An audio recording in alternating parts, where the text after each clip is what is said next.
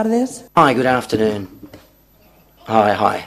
I would like to know, you've lived for the development of North American cinema over the last few years, and we've seen that more and more so the artists and the directors come more to Europe to record or to find location for their films. I would like to know, what are the big differences that you encounter perhaps between American cinema making or filmmaking and European filmmaking? It's quite a typical question, obviously, but we would like to know your point of view on that, if you'd be so kind. I'm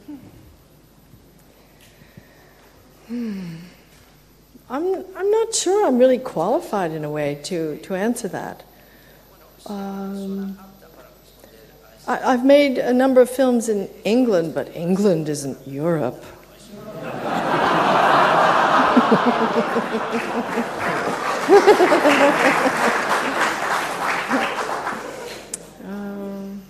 I'm not sure. I have to make more films here, clearly, to understand the difference.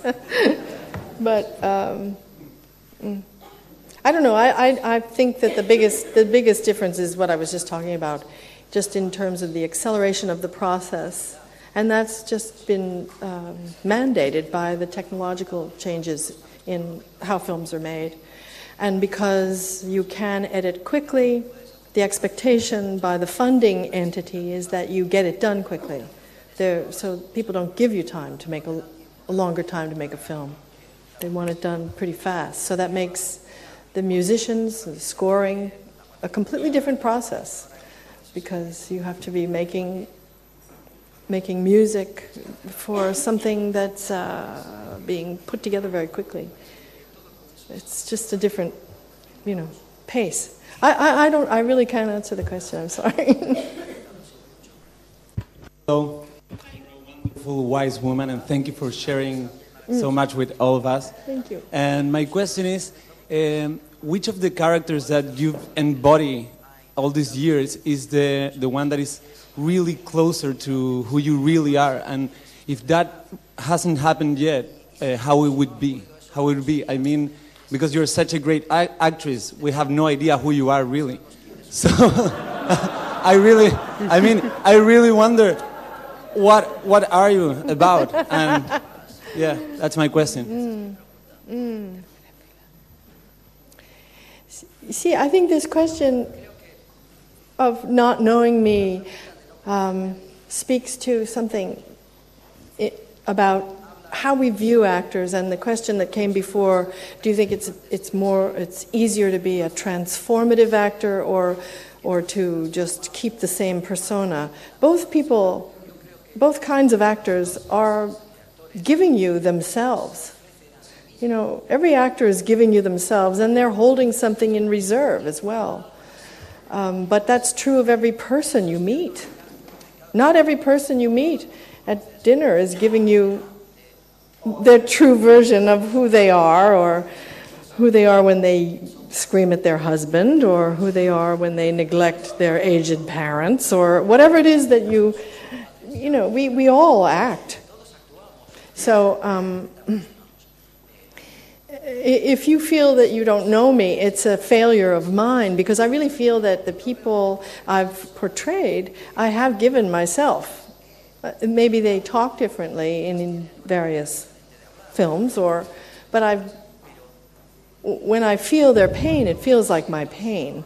When I laugh, when something strikes me as funny, I feel like I'm elated. I don't feel like my character's elated and I'm just pretending to laugh.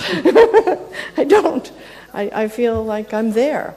And that's that weird suspension that actors do, that they just imagine that they're someone else. And most of the time, we don't spend a lot of time imagining we're other people, but we do act. Yeah. I was just wondering if you were closer to Sophie's or the Prada woman. I mean, there's got to be somewhere that you're closer to emotionally. No, in a way, my sense of humor, I feel like I'm as close to the rabbi that I played in Angels in America as any of the other characters that I have portrayed, because that's so much me. That's me. I don't feel I don't feel very close to Death Becomes Her with the head going around. You know, there's more mechanical character cartoons, but you know. Last question. Hola. Hi. Hi, good afternoon. You look great, by the way, Miss Streep, today. Before anything, I wanted to say that. And I would like to ask you, in your career, you've worked with many actors. Some of them have ended up directing films, and successfully, like Robert Redford or Clint Eastwood. And you can tell us why the Bridges of Madison County, you didn't go with Clint Eastwood in the last scene.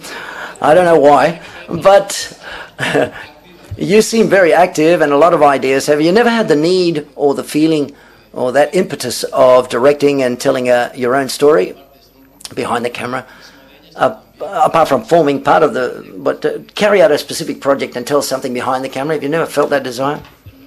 Thank you. Thank you very much. Most of the directors that I've worked with would tell you that they think that I have directed before.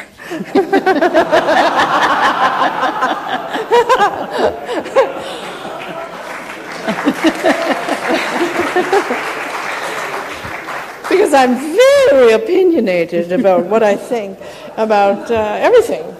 I always say I don't operate in one department. I like to be involved in every department, you know, because, and I do like that collaborative. I love directors who work that way and want input from everybody. Jonathan Demme's that way, Mike Nichols is that way, Sidney Pollack was that way. They welcome information from all quarters, and so that makes a very chatty family on the film set, and that I love that. But directing is a 24-hour job, and while my youngest is now 17, almost out of the house. And so when that one leaves home, then maybe I can do that. I would like to. But I haven't been able to. It's just too many hours in the day. Yeah. Thank you. Okay, Mrs. Streep. Okay. Thank you very much. Thank you very much, Miss Streep. Thank you.